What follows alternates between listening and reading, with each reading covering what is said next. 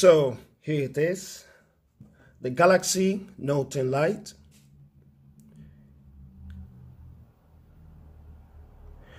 So all set up, nice phone, nice feel in the hand. So I just have a couple of complaints, but I will talk about it in my full review, so stay tuned for that one. So this is a case from Wish. Not a big deal, but it's doing the job. So I'll get another one later on. And in case you were wondering what's inside